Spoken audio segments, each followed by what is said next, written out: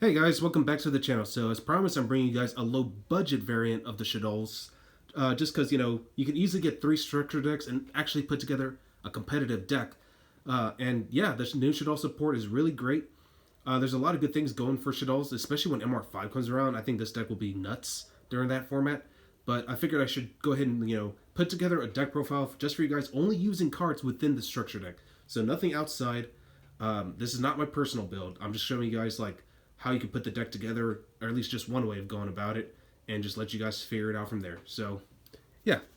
All right, so let's go and get started. So for the main deck, it's going to be 40 cards. Starting off with the new support, actually.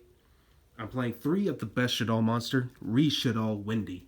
So this card is amazing. So like every other Shaddoll, including the OG ones, you can only use her flip effect or her effect where you send her to the grave by a card effect once per turn and only once that turn. So it's only one or the other. And again, this rule applies to all Shaddolls. If she's flip summoned, you can special summon a Shaddoll monster from your deck onto the field and face up or face down defense. And if she's sent from field to the grave by a card effect, you can special summon one Shaddoll monster from your deck and face down defense. So really great card. The fact that she's a wind monster makes the new fusion monster at Cologne a lot easier to bring out. And also, like, the fact that it also makes the Link monster Shaddoll construct far easier to bring out too. So that's one of the things this deck needed, because like for a while Shaddoll construct by itself wasn't that great, and now it is actually good. So yeah. Next, 2 copies of Nail Shaddoll Ariel. So this card is really good.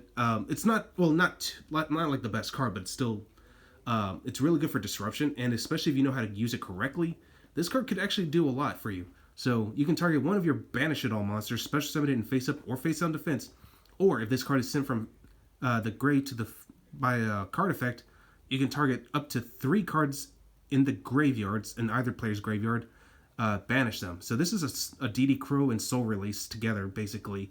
And the fact that, again, if you use this correctly, you can essentially disrupt your opponent at any given time just to, get some cards out of his graveyard, just to wipe him out of his resources. And like against the Salamangreats, for example, if you send this, off of Fusion or whatever, you get rid of their Baylings, they have no protection whatsoever, and it's going to be easy to break their board. So yeah, some people may have thought this card may have been too lackluster, but honestly, I think there's some hidden potential within this card, so I personally like it. Next, only 1 copy of Cad Shaddoll Chaos. Okay, the flip effect is really good, where you can special summon a Shaddoll from your hand in face up or face down, but the second effect, not so great. So the only reason I'm running it is just because it's a light monster, so that's really all there is to say about it. So again, flip effect great, but the other effect not so great. So, but you still kind of at least want to run 1 if you're going to play the low budget variant, just so you can at least get something out of it, Now moving on to the OG Shaddolls, I'm running 1 or 2 copies of Squamata. It's a Foolish Burial, and can also pop monsters if it's flipped. 2 Hedgehog, it's a searcher, flipped to search a spell and trap. If it's into the grave, you search out a monster. 2 Beast for draw power. And it's also got a pretty good body, so why not? 1 Dragon for just to deal with back row or just to bounce back a monster. And, of course, 1 Shaddoll Falco. It brings itself back, so easy fusion fodder, and definitely something to consider. And also brings back your fusion monsters, too. Or any of your Shaddoll monsters, rather. So definitely something to try out and so on. Alright. So that's it for the Shaddolls. Now we're moving on to the side engines. Your best normal summon is actually going to be 3 copies of Mathematician. Sends any level 4 or lower monster to the graveyard. So good way to trigger off your Shaddoll monsters and get your combo started. Also, this card is Destroy Battle. You get to draw 1 card. Running 1 Armageddon Knight. It's only at 1, unfortunately, but basically a 4th copy of Mathematician sends out any dark monster to the grave. So same thing. You just want to trigger off your Shaddoll monsters as quickly as you can. 1 Performance Trick Clown's a light monster that you can easily send to the grave. And plus, it brings itself back anyway, so good way just to make construct. And 1 Paraparo Cerberus. It's Earth monster, and the fact that it's easy to get this card into the graveyard. And it's also good for spot removal too, so definitely something to try out. So, Paraparo Cerberus, why not? And that's it for the monsters. I'm not running BLS or Dark Armed in the main deck because I feel like those are more like side cards, and one thing I do like about this structure deck is that there's enough cards to make a side deck, but we'll get to that later. 3 copies of Shaddoll Fusion. Definitely need to run this at 3, especially because this is a going second deck. So it's a good way just to get like all your materials into the grave, and plus your opponent will most likely have an extra deck monster out, so definitely something to look into.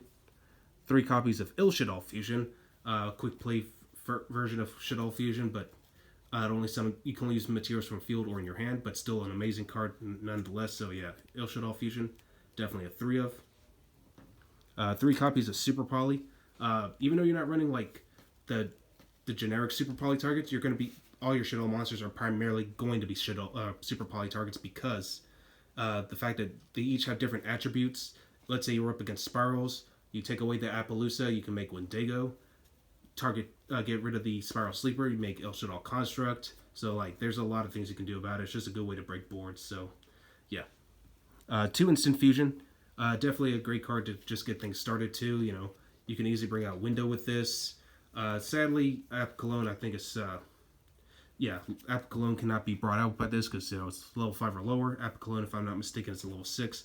I'll double check as we go on, but yeah. But for sure, you generally want to get Window out, so and just kind of like extend from there. 1 Nephi Shaddoll Fusion. I love this card, honestly, I really do. Now I might not run it in my personal build, but I might change my mind. I mean, there's some really good potential of this card. Even though it's an equipped spell, it's still a fusion card. So you equip to a Shaddoll monster, declare an attribute, it becomes that attribute, and it allows you to fusion summon monsters using materials from your hand or your field. So that's still a really good card. The fact that it just generally manipulates attributes. It's just like another copy of Muddragon of the Swamp, basically. For draw power, 3 copies of Allure Darkness. Definitely like to run this, just to get the fact that, especially with Ariel, she can bring back your banished Shaddolls, so whatever you banish with Allure Darkness, it's easy to bring back.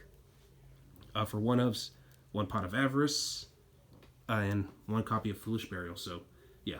And just to go ahead and go into the traps, I'm only running 3 traps. 2 copies of Rest Shaddoll Incarnation. It's searchable, dumpable, and the fact that it's easily recyclable too. So Rest Shaddoll Incarnation, an amazing card. So let me go and let the camera focus here for a sec. Okay, so you generally target 1 Shaddoll monster in your graveyard. You can special summon in face up or face down defense. And also it has the effect where if you banish it +1 Shaddoll monster in your graveyard, of course, like all the Shaddoll monsters, you can only use one or the other on its effect. You can either change 1 face down monster you control into face up position, or change 1 face up monster in face down defense. So really good card, just something to trigger off some flip effects. So yeah, Rest Shaddoll Incarnation, definitely something to try out. And last but not least, 1 copy of Shaddoll Core. Basically acts as a substitute for any material for a fusion monster that lists an attribute. So this card basically becomes any attribute. So great card.